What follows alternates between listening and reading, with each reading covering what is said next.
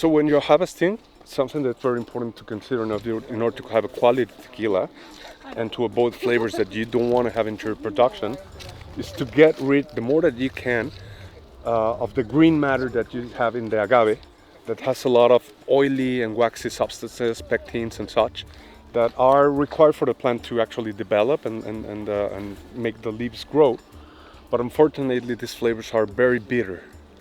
So normally, if you get a piña like this, with all these green pods into the oven, with the leakage of the steam, part of it is gonna go away because it's gonna leak in the first portion of the honeys, the so-called bitter honeys, and you're gonna get rid of it partially, but not all of it.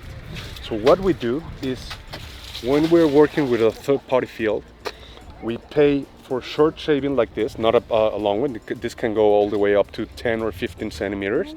So we pay for short shaving, but then we do a second shaving as the agaves arrive to the patio at the distillery in order to get rid of all that green matter and hence get rid of the bitterness in the flavors. Not only that, if you get closer this way, you will notice that these plants, once they're chopped in half, this portion of the plant, that's the top of the core of the plant where the new baby leaves born from, concentrates also inside of the core of the plant all this waxy and oily substances that develop all this bitterness. So that particular spot over there is called cogollo. So we chop it in half and remove that part. You see there's like a missing part of the puzzle over there. So by doing that, we are wasting a lot of weight of the plant. We're losing about 13% of the weight of the plant, which is a lot, but it really matters in terms of quality. So the commitment is not for efficiency, but for quality in the case of Loco Tequila. Now this is a rare thing that normally is not done in the industry. No one does a double shaving. There's some people that remove the cogollo, but they don't do the double shaving or the selective harvesting. You can't see it here in this field. This is not ours. This is a production for another tequila producers. But you will see it's all wiped off.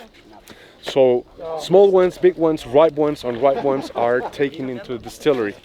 What we do is we handpick and select the ones that have the signs of maturity and we know they're already ripe, and harvest them, but leave the other ones in the field for us to come later, maybe 1 year or maybe 2 years later, or make a deal with a third party who says, you know, it's not good for you, but it's going to be okay already for us, and we're going to take it. So they will do what we call arrastre, or wiping off the rest of the field.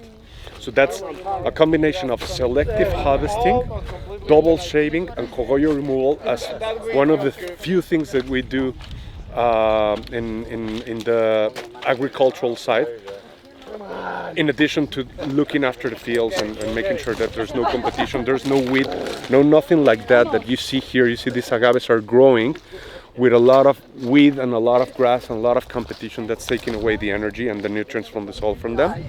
So we go every single day to the soil, to the fields. You'll see when we go there, and you'll notice there's nothing like that. It's all clean.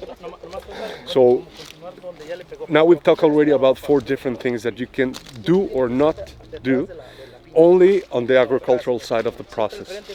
So if you apply this kind of philosophy to the rest of the production process, you will notice that there's a lot of variants that you can choose to do or not to do, or do it in this way or that way in order to have quality, to have the profile that you want to get, and it's an equation that plays also with efficiency.